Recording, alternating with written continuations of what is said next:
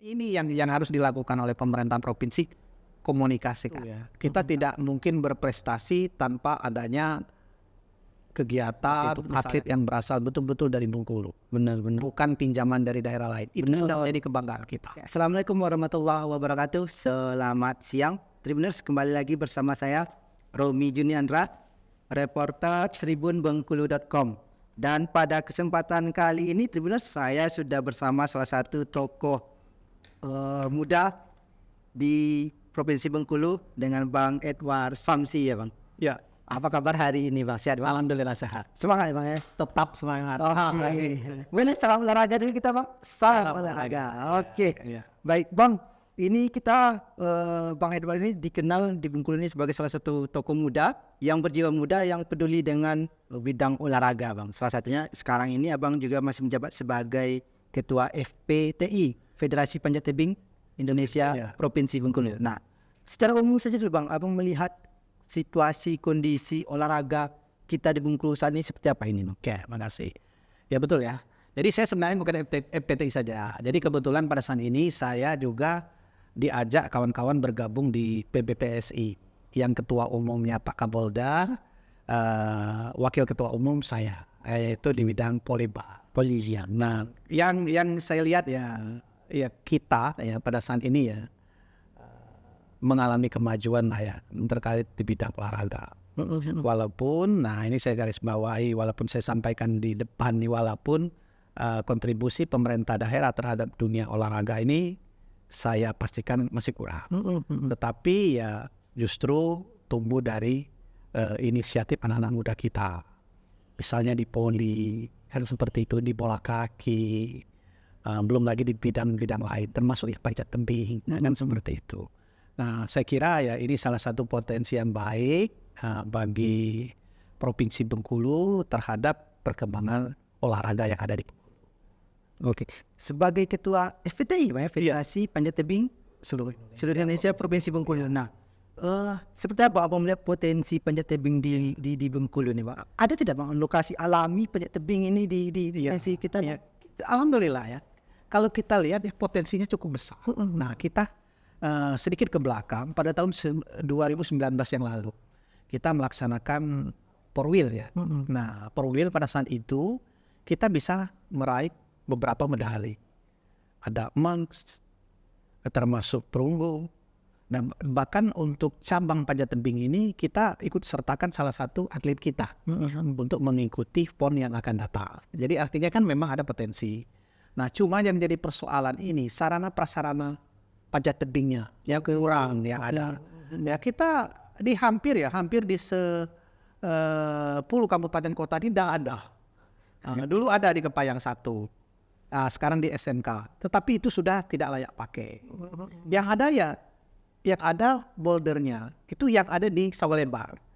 Itu bekas dipakai pada saat Porwil dulu. Oke. Nah, kalau misalnya pemerintah daerah yang membangun secara khusus hampir dikatakan tidak ada. Nah, misalnya di Curup ada karena ada perguruan tinggi. Ada IAIN di sana. Jadi itu ada panjat tebing. Jadi itu yang saya lihat. Jadi kurang kalau saprasnya itu yang kurang kalau di panjat tebing saya lihat. Tetapi potensinya ada dan seperti itu kan. Nah, inilah mudah-mudahan ya dengan media seperti ini sehingga tergerak. Pemerintah baik provinsi maupun kabupaten kota untuk membuat sarana prasarana yaitu panjat tebing yang ada di daerah. Ini pertanyaan umumnya, Bang, panjat tebing ini ada tidak yang alaminya atau semuanya harus buatan seperti ini, Bang? Ya misalnya buat boulder gitu ya. Boulder. Nah, jadi ada yang alami. Nah, tapi kebanyakan ya panjat tebing ini justru harus diadakan saprasnya. Pertama untuk melatih, yang kedua untuk mengukur sejauh mana kemampuan kita. Iya, benar. Nah, seperti itu. Berbeda ya, nggak usah jauh-jauh. Itu di Kabupaten Musi Banyu Asin. Nah, Musi Banyu Asin ini ya Sumatera Selatan. Saya lihat itu ya, hampir setiap sudut daerah mereka itu punya ya dinding. Kan seperti itu. Nah, ini salah satu bentuk sosialisasi juga dan untuk memberi pemahaman kepada masyarakat bahwa olahraga itu kan seperti kan bisa ada panjat tebing. Benar. Tidak harus misalnya ada bola segala macam. Nah, harapan kami ya ke depan seperti ini. Nah, tapi kita alhamdulillah syukur walaupun dengan sarana prasarana terbatas, kita masih mampu untuk mengirim salah satu atlet kita, kan seperti itu. Ke PON Aci Sumut. Iya, Benar, Aci Sumut. Apa ada targetnya bang untuk di PON ini? iya, tentunya kita kalau belajar ya, kalau kita belajar dari pengalaman yang lalu, kita pernah di Porwil ya mendapat medali. Tetapi ketika di Papua kemarin kita sama sekali tidak mendapat medali. Nah, harapan kita ya dari salah satu atlet kita, Abdul Ahmed ini, bisa membawa pulang medali lah ke Bengkulu, kan seperti itu. Nah, itu harapan kita. Nah, tentunya ya dukungan masyarakat Provinsi Bengkulu, nah termasuk pemerintah daerahnya. Oke siap. Bang, dari Panjat Tebing sekarang kemarin di Popda 2024 yang sudah dilaksanakan ini, apa sempat tidak bang melihat pertandingan atau menonton pertandingannya di Popda Kenapa tidak diinikan? di Popda, apakah abang lihat atau tidak ini di Popda pertandingan ini bang? Ya, dari cabur yang dipertandingkan, Benar. kita memantau ya, karena kita tidak punya waktu untuk melihat ke lapangan, tetapi saya pantau juga di grup, misalnya dari kan, dari cabur-cabur yang lain. Benar. Dan waktu kemarin memang salah satu cabur yang tidak dipertandingkan yaitu Panjat Tebing. Iya benar. karena hampir di daerah kabupaten kota itu, yaitu tadi pertama persiapan, yang kedua bisa saja terkait dengan anggaran yang terbatas sehingga cabur ini tidak dipertandingkan, kan seperti itu. Dari pantau kita nih bang untuk Popda ini bang, kita melihat terutama kalau abang juga sebagai wakil ketua PBSI bang enak. Untuk atlet muda kita yang berbakatnya ada tidak bang di Bengkulu ini yang bisa nanti menjadi atlet nasional bang? Iya, ini kita dari awal sudah punya komitmen dan kita sampaikan. Kebetulan kita juga dipercayakan sebagai ketua Komisi 4 DPRD Provinsi Bengkulu yang mitra kerjanya KONI dan Dinas Pemuda dan Olahraga. Kita sudah mengingatkan, kita bina, kata kita didik, yaitu putra putri Bengkulu. Tidak harus seperti yang dulu-dulu lah. Artinya ketika misalnya kita masuk ke ajang perlombaan ataupun pertandingan, kita ngebon ke daerah lain, misalnya ke provinsi lain. Harapan kita, biarlah kita belum berprestasi maksimal, paling tidak kita sudah menghargai upaya atlet-atlet yang ada di Bengkulu. Benar. Makanya kita selalu support, artinya kan seperti itu. Atlet kita gunakan dulu, jangan impor gitu, jangan impor. Dan kita melihat potensi itu ada, kan seperti itu kan. Nah, misalnya di cabang-cabang yang lain misalnya, dan potensi itu ada. Dan kita tidak bisa artinya mengharapkan prestasi langsung berprestasi. Benar. Jadi biarlah mereka berproses, harapan kita pada suatu saat mereka akan berprestasi di tingkat nasional maupun internasional. Kalau abang melihat apa yang perlu diperbaiki ini bang dalam sistem pembinaan generasi atlet muda kita ini? Yang pertama ya tentunya ya dukungan dana dari pemerintah provinsi dulu ya. Nah itu ya, kita tidak mungkin berprestasi tanpa adanya kegiatan, misalnya kita harus membuat semacam pertandingan guna untuk mengukur kemampuan mereka. Benar. Nah, buat kompetisi kan seperti secara berkala, itu yang apa? Nah itu kan tidak terlepas daripada anggaran. Nah yang kedua yaitu support dari beberapa misalnya perusahaan yang ada melalui dana misalnya Corporate Social Responsibility, CSR. Iya, benar. Nah, karena keterbatasan anggaran APBD, apa salahnya ikutlah nimbrung membantu. Misalnya seperti itu kan. Ya, pihak swasta jangan diam ya bang. Jangan diam, benar. Tidak bisa kita tunggu dengan pemerintah. Harapan kita pihak swasta juga berperan. Benar. Misalnya Bank Bengkulu megang sepak bola, misalnya kan seperti itu. Mungkin bank lain megang apa gitu kan. Atau misalnya salah satu perusahaan tambang, nah kan seperti itu punya juga. Perkebunan sawit juga bisa ngambil bagian. Sehingga ya kewajiban pemerintah Provinsi Bengkulu terhadap dunia olahraga tidak terlalu berat. Iya, seperti itu. Harus gotong royong. Berarti kalau mengandalkan APBD saja ini tidak cukup. Tidak cukup. Jadi kawan-kawan juga harus memaklumi. Terutama kawan-kawan di KONI. Kita tidak bisa berbuat banyak dengan anggaran terbatas, itu pun dimaklumi. Karena memang APBD kita kecil. Itu. Tetapi jangan artinya berputus asa dengan keadaan kondisi seperti ini, tetap semangat dan mungkin pemerintah daerah akan memberi solusi yang terbaik. Benar, kan menggandeng beberapa perusahaan daerah, misalnya kan BUMD kita kan ada kan ini Bengkulu yang bisa kita minta support ya. Dan jangan lupa swasta tadi bang. Iya, betul. Oke siap bang. Dari Popda kemudian ini kita beralih ke PON ini bang. Kalau kita lihat dari PON 2008 bang ya, dari 2008 ini prestasi Bengkulu ini agak sedih kita melihatnya Bang. Terakhir ya, jadi gini. Terakhir PON Papua itu peringkat kita masih 27 ya dari 34 provinsi. Jadi terus terang ini kayaknya PR besar bersama kita. Benar-benar. Nah, mudah-mudahan ya ke depan ya ada perubahan lah kan seperti itu. Nah, makanya kita lakukan pembinaan atlet itu secara berjenjang. Ya kan seperti itu.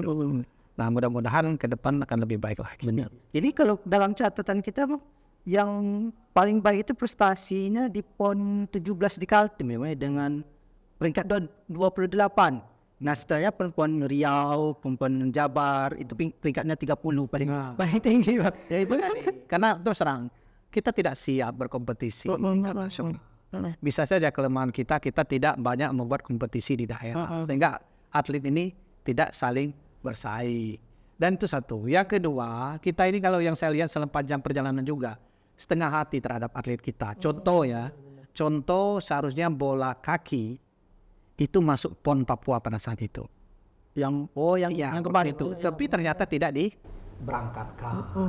Jadi percuma kita berprestasi di ini pas waktunya tidak diberangkatkan. Alasan karena anggaran. Nah ini yang harus dilakukan oleh pemerintahan provinsi, komunikasikan. Kalau memang betul-betul APBD tidak mampu, itu gunanya perusahaan yang ada di provinsi ini, Bengkulu ini untuk berbuat. Kan? Abang secara pribadi Bang sedih tidak Bang melihat? Sangatlah. Atlet kita ini bahkan sudah ada kesempatan malah terkendala anggaran. Ya betul, itu tadi. Ya, jadi kita sangat menyesalkan sekali. Bahkan sampai sekarang saya kecewa. Kenapa kemarin sepak bola itu tidak diberangkatkan ke Papua? Karena alasan anggaran. Padahal ini kemarin ketua Aspropnya, kepala ini, Direktur Utama Bank Bengkulu, saya tidak salah kan waktu itu kan. Nah tetapi justru tidak diberangkatkan. Nah ini karena terus terang, karena tidak dijalinkan komunikasi dengan badan usaha milik daerah yang lain, dengan perusahaan-perusahaan yang ada. Kalau gubernur itu sebenarnya tinggal perintah, panggil semua pengusaha tambang misalnya kan, ini akan diberangkatkan ke Papua. Tolong kamu bantu. Saya kira Tidak sulit. Tidak sulit benar. Nah itu. Nah, karena mungkin terlalu banyak ke arah politik. Tidak merangkak. Karena olahraga tidak boleh dicampur Itu benar. Seharusnya olahraga ini defender, kan? Tidak harus dibawa ke ranah itu, kan? Tapi di Bengkulu kan masih saya lihat ada. Bang di PON 21 2024 Aceh Sumut ini kita mengirimkan 68 atlet di 26 cabur, targetnya 2 emas, 5 perak, 6 perunggu. Ini abang melihatnya kerendahan atau realistis saja? Saya kira ya kawan-kawan KONI sudah artinya betul-betul mempelajari, mempelajari dan membaca kondisi atlet kita. Ya mudah-mudahan targetnya tercapai. Nah tentunya ya itu tadi kita sama-sama berdoa. Makanya saya sampaikan kepada atlet tetap semangat. Walaupun belum berprestasi, itu menjadi acuan kita untuk berprestasi di masa yang akan datang. Nah itu, terus ya kita tidak bisa mengatakan bahwa target itu, karena itu ada target KONI, sementara saya kan bagian daripada KONI. Hanya megang satu cabur. Itu saya menargetkan cabur saya ini harus dapat medali. Harus dapat emas itu. Ya mustahil. Nggak usah lah menunggu. Oke. Dapat medali kan kira gitu. Tapi ini yang 2 emas, 5 perak, 6 perunggu ini emang realistis menurut abang sendiri? Mungkin ya, karena kita tidak melihat cabur yang lain. Karena yang memantau itu adalah KONI, yang mudah-mudahan itu realistis ya gitu. Ya. Oke. Paling tidak harapan kita ini bagaimana peringkat Bengkulu itu naik. Oke, jangan nomor 30 lagi lah ya. Nomor 30 kalau bisa ya nomor 2, 26, 25 kan gitu. Kalau nomor 30 berarti cuma ada 4 provinsi. Ingat ya, sekarang itu sudah 38 provinsi. Oh, 3. Ya, jangan sampai nanti kita nomor 37. Oke Bang, ini terakhir Bang, untuk sebagai tokoh muda di Bengkulu ini, apa harapan Abang untuk atlet muda kita, pemuda kita, dan untuk olahraga Bengkulu secara umum ini Bang? Ya harapan kita itu tadi, tetap berlatih. Nah, artinya semangat. Sebab terus terang kalau memang kita ditakdirkan menjadi atlet yang besar, tentunya harus dimulai dengan semangat tadi dan rajin berlatih, katakanlah seperti itu, sesuai dengan cabur yang diminati masing-masing. Dan saya berkeyakinan kalau kita rutin berlatih seperti disiplin, mudah pasti berprestasi, kan gitu. ada cita-cita juga emang ini menerbitkan atlet Bengkulu untuk nasional bahkan internasional gitu. Ya itu tadi, kalau kita upayakan untuk ada lah. Dan sampai kita di regional, misalnya seperti Porwil, kita prestasi masih nomor sekian. Apalagi berbicara nasional, persaingan makin ketat. Yang penting ada pemuda, katakanlah seperti itu, atlet yang berasal betul-betul dari Bengkulu. Benar-benar. Bukan pinjaman dari daerah lain. Itu Benar. sudah menjadi kebanggaan kita. Benar. Jadi belum kita berprestasi dulu, atlet Bengkulu juga ada, itu sudah jadi kebanggaan. Makanya kita mewanti-wanti, dengan KONI sudah kita pesankan. Kita tidak apa-apa belum berprestasi, tetapi atlet kita betul-betul yang Benar. Atau kita yang di orbit kan istilahnya. benar. Itu kebanggaan tersendiri. Bayangkan kalau misalnya orang Kaur tampil saja di PON itu jadi kebanggaan. Atau ada orang Kaur kan? Itu kan orang Kemayang. Nanti berprestasi. Tapi ketika dia bertanding nama Bengkulu, tetapi diwakili kawan-kawan dari Jawa Barat, dari Sumatera Selatan, tidak ada kebanggaan. Ya, rasa. Tidak ada. Rasa Hari endingnya kita lihat ketika melihat perolehan medali bahwa Bengkulu sekian. Ternyata bukan atlet kita. Tetapi ketika orang Kaur bertanding di PON ataupun misalnya orang Muko bertanding di PON, kita lihat di TV, itu menjadi kebanggaan. Benar. Nah, makanya kita dorong supaya menggunakan atlet Bengkulu kan seperti itu. Pesan-pesannya untuk para atlet kita yang mungkin akan berjuang di PON dan sekarang mungkin berlatih untuk event-event selanjutnya, Bang. Nah, jadi buat kawan-kawan atlet, ya selamat, ya Anda termasuk yang beruntung karena dipilih untuk mewakili daerah Bengkulu bertanding di PON, dan tidak mudah itu sehingga dipilih. Nah, harapan kita tetap semangat, berlatih dengan disiplin. Nah, mudah-mudahan kalian berprestasi. Oke, baik. Sebenarnya masih banyak Tribuners yang ingin kita perbincangkan dengan Bang Edward Samsi. Namun waktunya cukup terbatas sehingga harus kita akhiri sampai di sini. Namun seperti kata Bang Edward tadi, tetap semangat untuk atlet kita Ya, terus semangat. mau bertanding di PON nanti, Tribuners. Oke, demikian terus. Saya Romi Juniandra. Saya tutup. Assalamualaikum warahmatullahi wabarakatuh. Salam olahraga. Oke.